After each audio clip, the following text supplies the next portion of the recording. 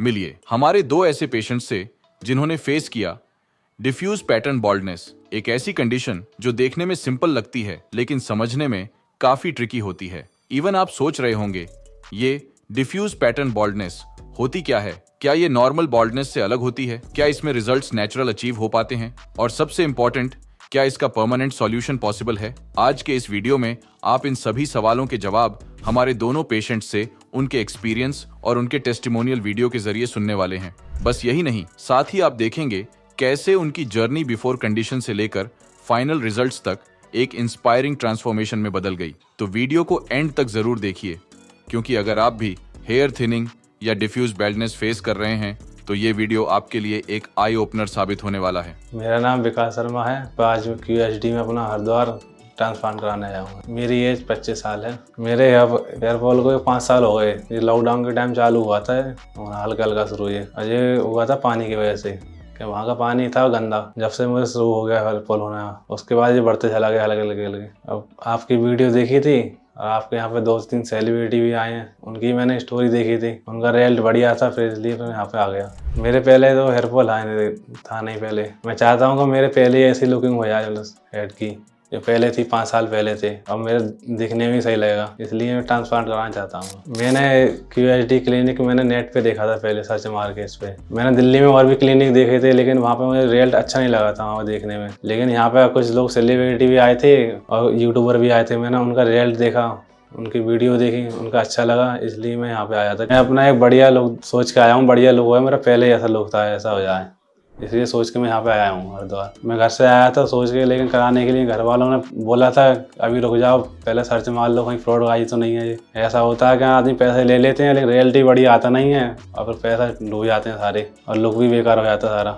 जो है थोड़ा बहुत वो भी खराब हो जाता बिल्कुल। मैंने नेट पे देखा था पहली बार, तो मैंने बात हुई थी मैडम से और उन्होंने मेरे फ़ोटो मांगे थे, फ्रंट के और बैक के भी। मेरा अनुभव तो बस इतना ही रहा था। अब मेरे ट्रांसप्लांट होने के बाद इससे शेयर करेंगे और बात है। यह है हमारे पेशेंट 1 की बिफोर कंडीशन, जहां उनकी हेयरलाइन पूरी तरह से रिसीड हो चुकी थी। फ्रंटल, मिड स्कैल्प और क्राउन एरिया भी डिफ्यूज पैटर्न में थिन और डैमेज थे, जैसा कि आप उनकी स्कैल्प पर देख पा रहे होंगे। लेकिन उनका डोनर एरिया थिक, स्ट्रॉन्ग और हेल्थी हेयर ग्रोथ से भरा हुआ था, जिसने उनकी हेयर ट्रांसप्लांट जर्नी में बहुत इंपॉर्टेंट रोल प्ले किया। लेकिन इस वीडियो में आगे बढ़ने से पहले जानते हैं डिफ्यूज पैटर्न बॉल्डनेस क्या होती है। डिफ्यूज पैटर्न बॉल्डनेस में स्कैल्प पर बहुत थिन हेयर्स बढ़ते हैं, जिससे पेशेंट अपनी एज से काफी एज्ड दिखने लगता है। इस कंडीशन में ट्रांसप्लांट के रिजल्ट्स नेचुरल अचीव करना थोड़ा डिफिकल्ट होता है, लेकिन हमारे एक्सपर्ट्स ने ऐसे एक नहीं कई हजार केसेस में नेचुरल और लॉन्ग लास्टिंग रिजल्ट्स अचीव किए हैं। तो इस वीडियो में आपको बहुत सारी ऐसी नई चीजें जानने को मिलेंगी जिन्हें समझना आपके लिए बहुत जरूरी है अपने हेयर ट्रांसप्लांट करवाने से पहले। आइए चलते हैं पेशेंट के हेयरलाइन डिजाइनिंग की ओर। स्कैल्प को अच्छे से एनालाइज करने के बाद हमारे एक्सपर्ट्स ने पेशेंट के फेशियल फीचर्स के अनुसार पेशेंट 1 के केस में एक कस्टम शेप्ड हेयरलाइन डिजाइन की, साथ ही उनके फ्रंटल, मिड स्कैल्प और क्राउन को भी कवर किया।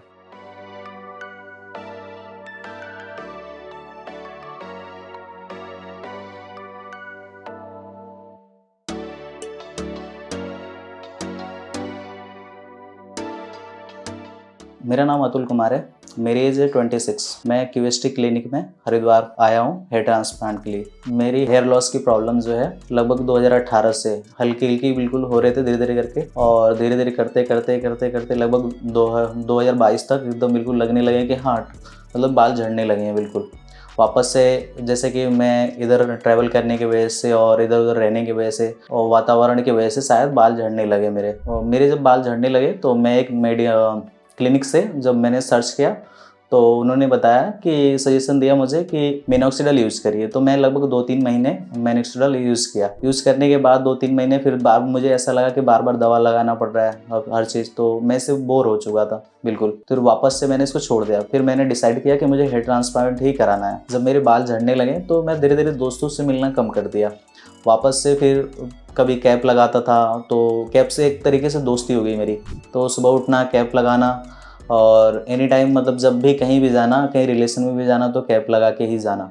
वापस से फिर जब धीरे धीरे ज़्यादा हो गए तो फिर लोगों से मिलना ही बिल्कुल कम कर दिया, आना जाना इधर उधर बिल्कुल बंद कर दिया। अब तो फिर डिसाइड कर ही लिया कि मतलब हेयर ट्रांसप्लांट कराना ही तो कराना है, फिर उसके बाद ही लोगों से मिलना है मुझे। मैं बहुत डिस्कस किया घर पे पूरी फैमिली से, फिर अपनी माता जी से डिस्कस किया तो मम्मी पहले मना की बहुत।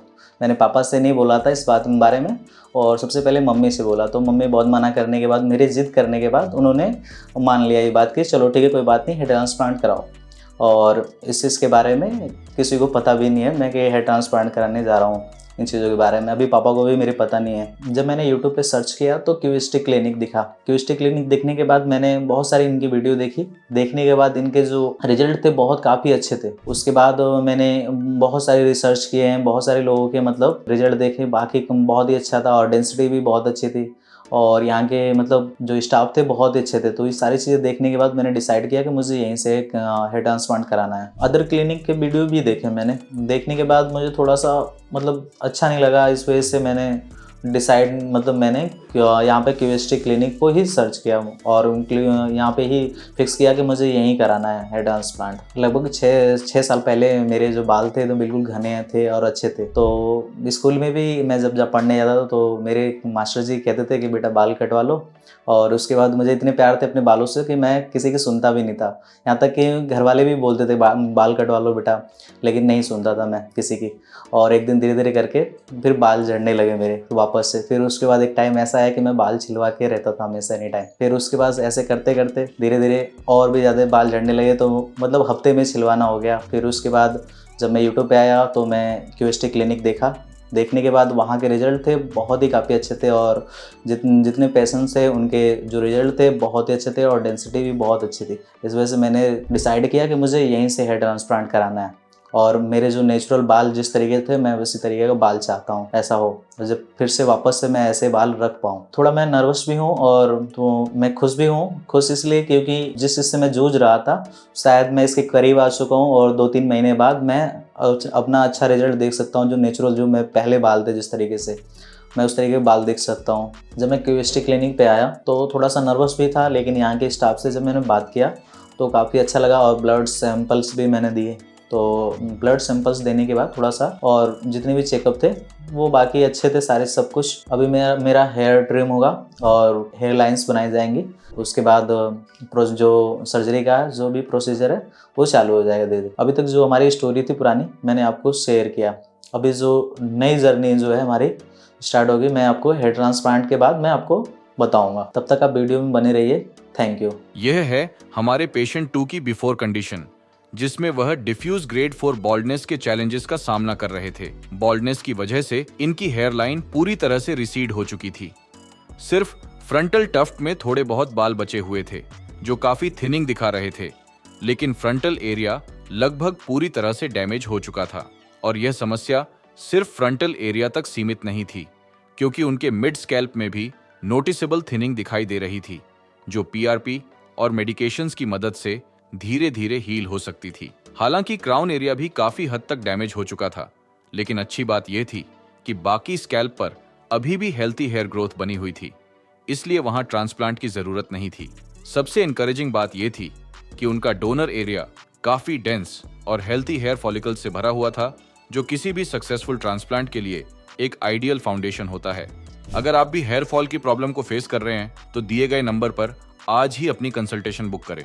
हेयर ट्रांसप्लांट का सबसे क्रूशियल स्टेप होता है हेयर लाइन डिजाइनिंग, क्योंकि यही आपकी पूरी लुक और फेशियल सिमेट्री को नेचुरली डिफाइन करता है। एक वेल डिजाइंड हेयर लाइन न सिर्फ आपके चेहरे को यूथफुल अपीयरेंस देती है, बल्कि पूरे ट्रांसप्लांट को रियल और नेचुरल बनाती है। हेयर लाइन डिजाइनिंग सिर्फ बाल लगाने का प्रोसेस नहीं है, बल्कि यह एक आर्ट एंड साइंस का साइंटिफिकली प्लान्ड है, जिसमें पेशेंट के फेशियल स्ट्रक्चर, एज और फ्यूचर हेयर लॉस पैटर्न को ध्यान में रखते हुए एक कस्टमाइज्ड हेयर लाइन तैयार की जाती है। इस प्रोसेस में सबसे पहले हमारे एक्सपर्ट्स ने बालों को ट्रिम किया, उसके बाद उनका हेड वॉश किया, फिर स्कैल्प को क्लीन करने के बाद एक custom shaped hairline design की, फिर 4 फिंगर रूल का यूज किया, फिर हेयर लाइन को ग्लबेला पॉइंट से मार्क किया गया।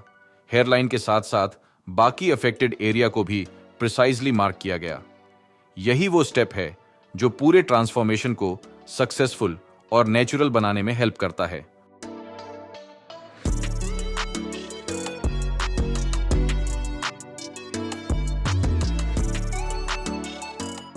देख मेरी सर्जरी हुई है। आज मैं ओटी में गया था, 12 घंटे समथिंग टाइम लगा था। पेन तो बिल्कुल थोड़ा बहुत हुआ, ना के बराबर। बीच बीच में रेस्ट भी मिला था, खाने पीने को भी मिला था। यहाँ का स्टाफ बढ़िया था, साफ सफाई हाइजीन एकदम ओके थी।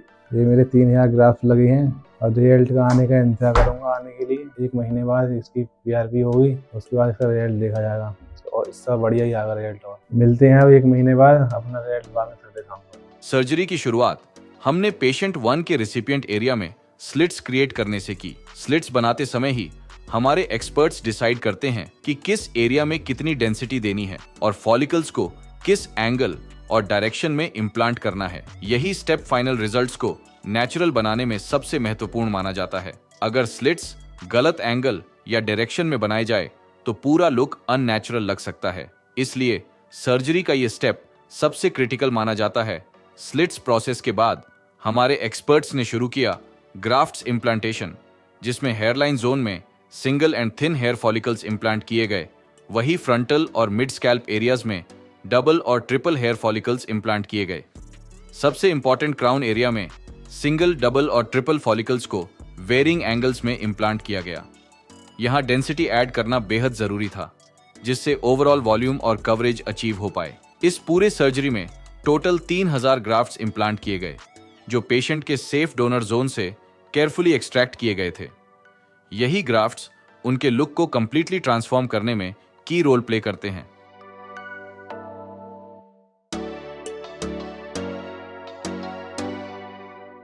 सर्जरी के दौरान सबसे पहले हेयरलाइन जोन में अल्ट्रा रिफाइंड सिंगल और थिन हेयर फॉलिकल्स को इम्प्लांट किया गया, ताकि लुक बिल्कुल नेचुरल लगे और कोई भी फर्क न पहचान सके। इसके बाद फ्रंटल और हाफ मिड स्कैल्प में वॉल्यूम और कवरेज बढ़ाने के लिए डबल और ट्रिपल ग्राफ्ट्स को स्ट्रेटेजिकली प्लेस किया गया, जिससे डेंसिटी में नोटिसेबल बूस्ट आया।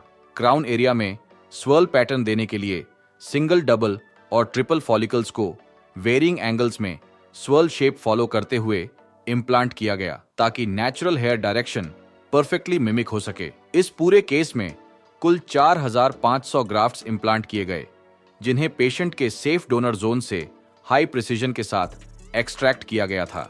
हर ग्राफ्ट का सिलेक्शन, एक्सट्रैक्शन और प्लेसमेंट इस तरह से किया गया कि ना डोनर एरिया पर स्ट्रेस पड़े और ना ही ट्रांसप्लांटेड एरिया में कोई कॉम्प्रोमाइज हो।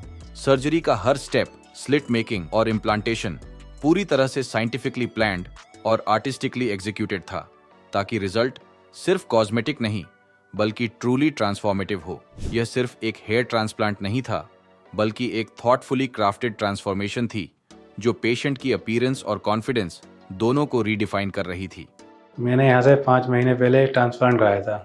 आज मेरी यहाँ से 5वीं PRP है। हम यहाँ पे आए थे, डॉक्टर से यहाँ बात हुई थी और बाल मेरे कटे थे। यहाँ पे हेड वॉश हुआ था, मेरी हेयर लाइन बनाई थी और शाम के लिए स्लीटिंग हुई थी। उसके बाद मुझे अपने घर भेज दिया गया। अगले दिन आया था, वहाँ पे 8 बजे थे। उसके बाद मेरा क्या नाम है, ट्रांसप्लांट बाल लगाए गए थे और जो दर्द होता है वो नॉर्मली था, जो होना चाहिए था, इतना सुई की चुभन जैसा था। और मेरा क्या नाम है 8-10 घंटे चला था पहले फर्स्ट दिन। तो उसके बाद मुझे अपने घर भेज दिया। मेरे सर्जरी में लगभग 3000 करीब ग्राफ्ट लगे थे। मुझे फिर घर भेज दिया गया था। खाने के लिए दवाई बताई थी और थोड़े परहेज दवाई था खाने के लिए, और सीधा लेटने के लिए बोला था, और टाइम पे स्प्रे।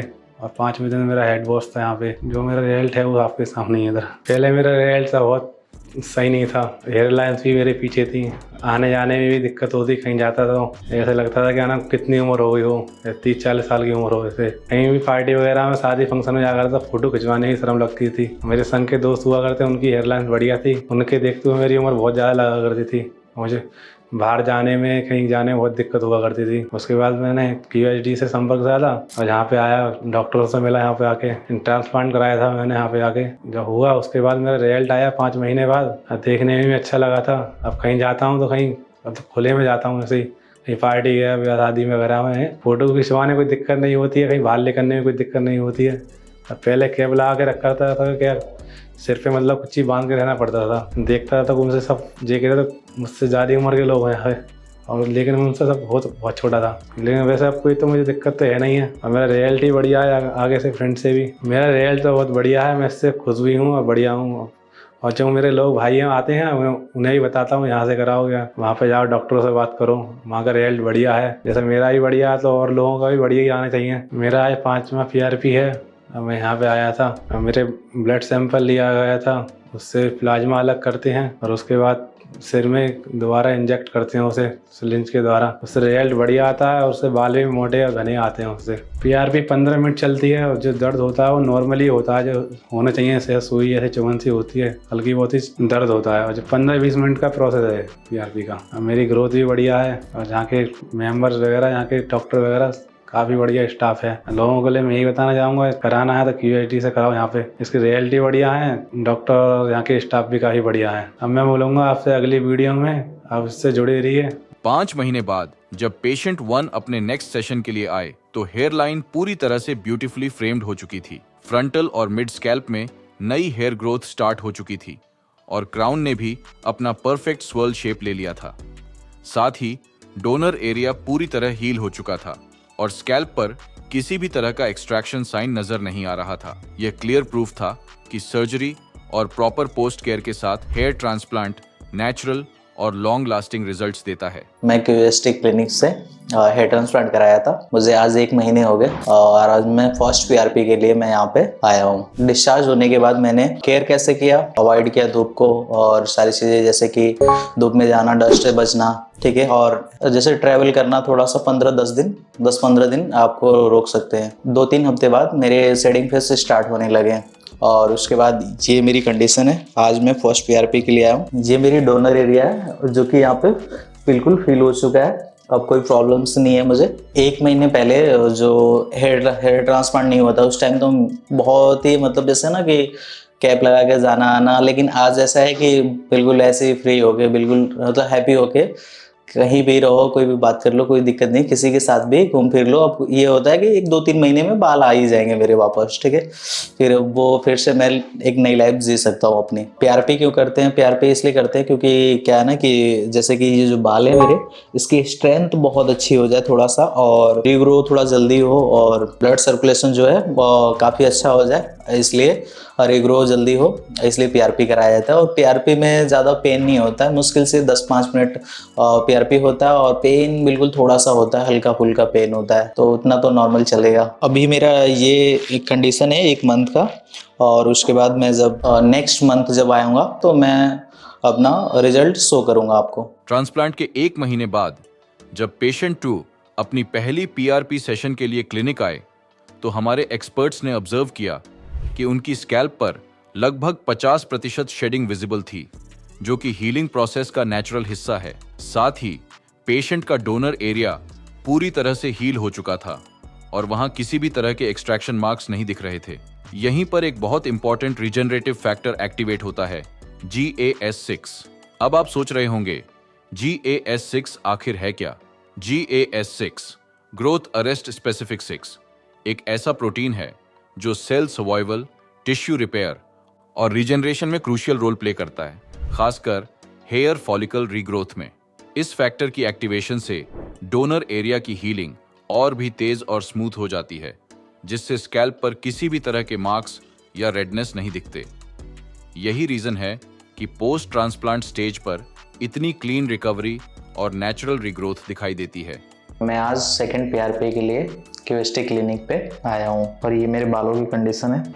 अभी मेरे 2 महीने पहले हेयर ट्रांसप्लांट हुए थे, तो मेरे 20-25 दिन बाद क्या हुआ था कि शेडिंग फेस होना स्टार्ट हो गया था। तो शेडिंग फेस की ये कंडीशन है और मैं सेकंड PRP के लिए आया हूँ और अभी 2-3 महीने तक ये मतलब चलते रहेंगे। और मैंने 2-3 महीनों में केयर किया है, जो कैप लगाना, 1 महीने तक लगातार कैप लगाया।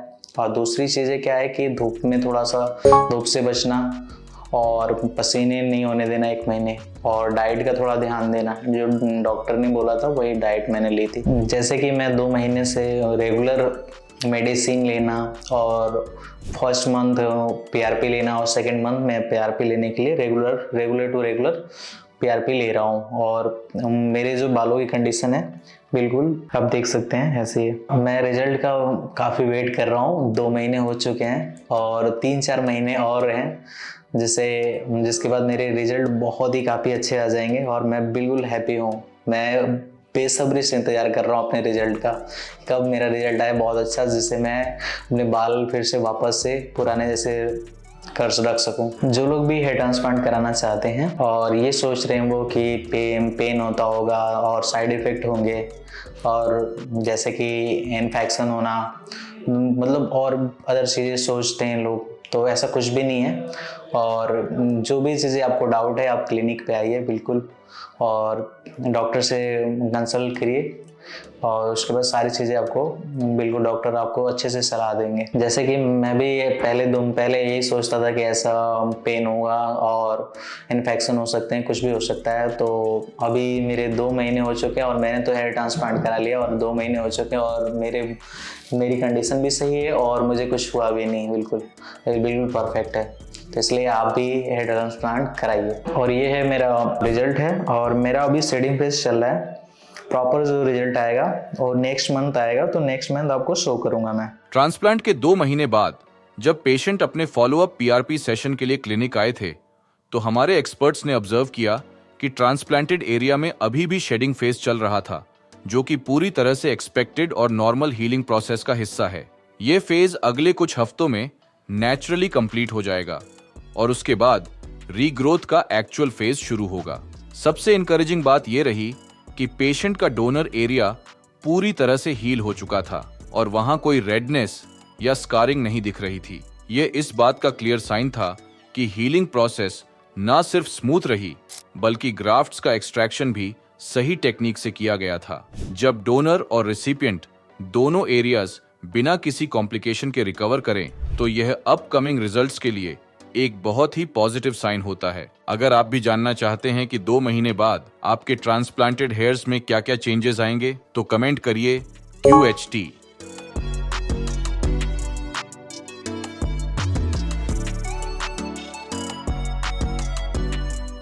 मेरी 6 PRP है और मेरे ब्लड सैंपल ले लिया गया है अभी, और यहाँ का स्टाफ काफ़ी बढ़िया है और यहाँ की QHT क्लिनिक बढ़िया है, इसके रिजल्ट बढ़िया थे। और भी बंदे देखे थे, उनसे मतलब देख के मैं संतुष्ट हो गया, मतलब उनके अच्छा मतलब वो था रिजल्ट था देखने में। मेरे यहाँ पे QHT क्लिनिक में 3000 ग्राफ लगे थे और मुझे यहाँ का रिजल्ट भी अच्छा लगा था देखने में। जब मैंने यहाँ क्लिनिक पे ट्रांसप्लांट कराया था, मेरे घर वालों का रिएक्शन तो पहले शुरू में मना ही था कि ऐसे मत कराइए, इससे क्या नाम है रुपये बर्बाद ही जाएगा। लेकिन जब मैंने यहाँ पे कराया था, उसने मेरा रिजल्ट देखा था, जब मेरे हल्के बाल बड़े हुए थे, जब लोग मुझसे मतलब संतुष्ट हो गए देख के, मतलब अच्छा रिजल्ट है यहाँ पे। सिर्फ 7 महीने में हमारे पेशेंट 1 ने अपनी स्कैल्प पर वॉल्यूमिनस हेयर ग्रोथ अचीव कर ली। ये early results patient to patient vary करते हैं, लेकिन अगर हम इन रिजल्ट्स को पेशेंट की इनिशियल कंडीशन के साथ कंपेयर करें, तो डिफरेंस आप क्लियरली देख सकते हैं। अब उनकी हेयर लाइन परफेक्टली फ्रेम हो गई है, फ्रंटल और मिड स्कैल्प में वॉल्यूमिनस डेंसिटी अचीव हो चुकी है। अब पेशेंट अपने बालों को अपनी चॉइस के अकॉर्डिंग कट और स्टाइल कर पा रहे हैं और उनके इस डिसीजन से उनकी फैमिली भी नेचुरली ग्रोन हेयर रिजल्ट्स देखकर इंप्रेस्ड है।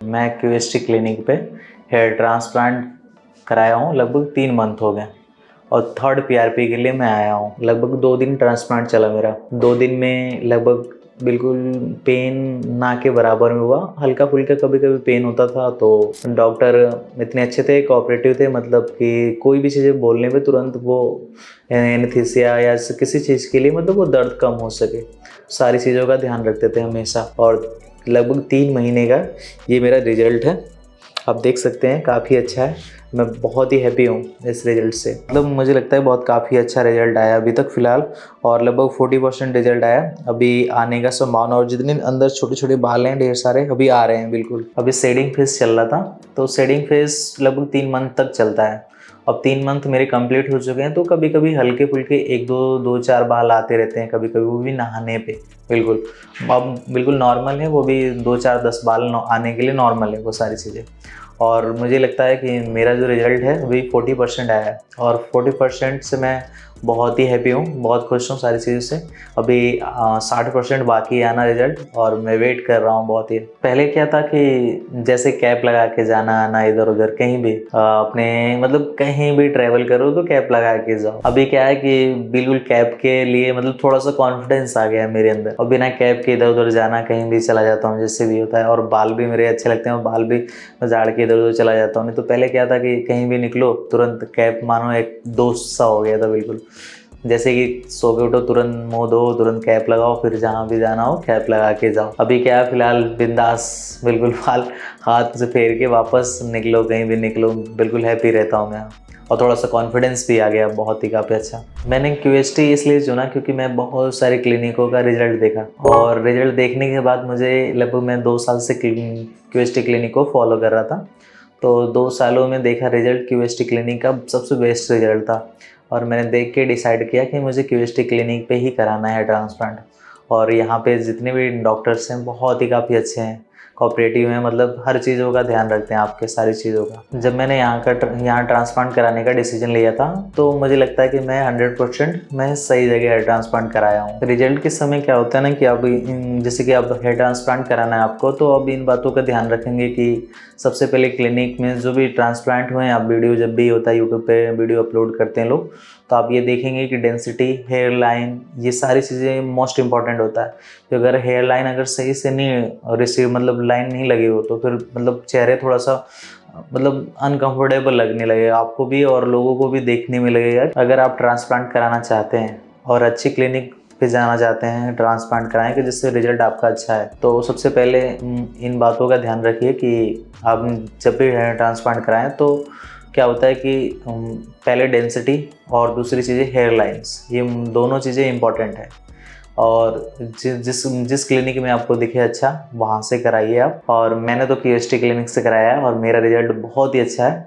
तो आपको भी सजेशन करूँगा कि आप QST क्लिनिक पे ही आएँ हेयर ट्रांसप्लांट कराने के लिए, क्योंकि यहाँ के डॉक्टर्स जो हैं आपको हर मंथ आपके केयर करते रहेंगे, हर मंथ आपको कॉल करेंगे, पूछते रहते हैं सारी चीज़ें कि आपके जो मतलब जो भी हेयर ट्रांसप्लांट बाल हैं वो बिल्कुल परफेक्ट हैं, सारी चीज़ों का ध्यान रखते हैं। और हाइजीन का भी बहुत ही ख्याल रखते हैं ये लोग। और मेरी तीसरी PRP है, और PRP में क्या होता है कि जैसे कि आपका ही ब्लड लेके, ब्लड को फिल्टर करके प्लाज्मा अलग करके आपको ही इंसर्ट किया जाता है आपके बालों में, जो भी जहाँ पे ट्रांसप्लांट हुआ है सारी चीज़ों में। उससे क्या होता है कि बालों को थोड़ा मजबूती मिलती है और बाल बिल्कुल हेल्दी रहते हैं, सारी चीज़ें। और PRP में बिल्कुल पेन नहीं होता, नॉर्मल सा पेन होता है, हल्का फुल्का, उससे कोई प्रॉब्लम नहीं होनी चाहिए किसी को। और मुझे तो बिल्कुल प्रॉब्लम नहीं है। और लगभग PRP के जो सेशन होता है लगभग 15 से 20 मिनट होता है सारी चीज़ों का। ये थी मेरी 3rd PRP की, मतलब लगभग 3 महीने की जर्नी। और मैं 4थी PRP के लिए आपको नेक्स्ट मंथ मिलूंगा। आप देख सकते हैं ये मेरा रिजल्ट है। तब तक जुड़े रहिएगा मेरी जर्नी से। Thank you guys. After 3 months patient की स्कैल्प पर ग्रोथ स्टार्ट हो गई थी। M शेप्ड हेयरलाइन अब परफेक्टली शेप में आ गई थी। फ्रंटल, हाफ मिड स्कैल्प और उनका क्राउन एरिया भी अच्छी ग्रोथ अचीव कर चुका था। Transplanted hairs naturally native hair के साथ मर्ज हो चुके थे और नेटिव हेयर्स अपनी ग्रोथ में अच्छे से ग्रो कर रहे थे। लेकिन ये सिर्फ 3 महीने की प्रोग्रेस थी, इसलिए स्कैल्प पर अभी थोड़ी बहुत शेडिंग विजिबल थी। ये शेडिंग आने वाले मंथ्स में नेचुरली हील हो जाएगी और स्कैल्प पर बहुत अच्छा रिजल्ट दिखाने लगेगी। 7 महीने बाद पेशेंट की स्कैल्प ने आउटस्टैंडिंग ग्रोथ अचीव कर ली है। हेयरलाइन ब्यूटीफुली फ्रेम हो चुकी है। और अगर हम इस रिजल्ट को पेशेंट की बिफोर कंडीशन के साथ कंपेयर करें तो साफ दिखाई देता है कि पहले पेशेंट डिफ्यूज कंडीशन में डैमेज थी, लेकिन अब वो पूरी फ्रीडम के साथ अपने बालों को कट और स्टाइल कर पा रहे हैं। उनकी ओवरऑल स्कैल्प बालों से भर चुकी है। फ्रंटल और मिड स्कैल्प में वॉल्यूमिनस डेंसिटी अचीव हो गई है और क्राउन ने परफेक्ट स्वर्ल शेप ले लिया है। ये रिजल्ट प्रूफ है हमारे एक्सपर्ट्स और हमारी QHT टेक्निक का। पेशेंट के रिजल्ट साफ दिखाते हैं कि हमारी टेक्निक ने कैसे एडवांस्ड बॉल्डनेस को कंप्लीटली ट्रांसफॉर्म किया। आई होप इस वीडियो को देखने के बाद आप इजीली और बहुत अच्छे तरीके से डिफ्यूज पैटर्न बॉल्डनेस को समझ पाए होंगे। इस वीडियो में आपने देखा डिफ्यूज पैटर्न बॉल्डनेस के 2 डिफरेंट ग्रेड केसेस। हम ये रिजल्ट्स आपके साथ शेयर करते रहेंगे। ये results patient to patient vary कर सकते हैं। साथ ही PRP, मेडिकेशन और डॉक्टर की बताई गई प्रिकॉशन को समय पर फॉलो करना भी इन रिजल्ट्स को हासिल करने में इंपॉर्टेंट रोल प्ले करता है। अगर आप हमारे पेशेंट्स के रिजल्ट से इंस्पायर्ड हैं तो हमें कमेंट में बताइए कि आपको किस पेशेंट का रिजल्ट अच्छा लगा और क्यों। अगर आप भी अपनी स्कैल्प पर ऐसा चेंज अचीव करना चाहते हैं तो आज ही अपनी कंसल्टेशन हमारे एक्सपर्ट्स के साथ बुक करें। देर न करें, आज ही संपर्क करें। Thank you for watching.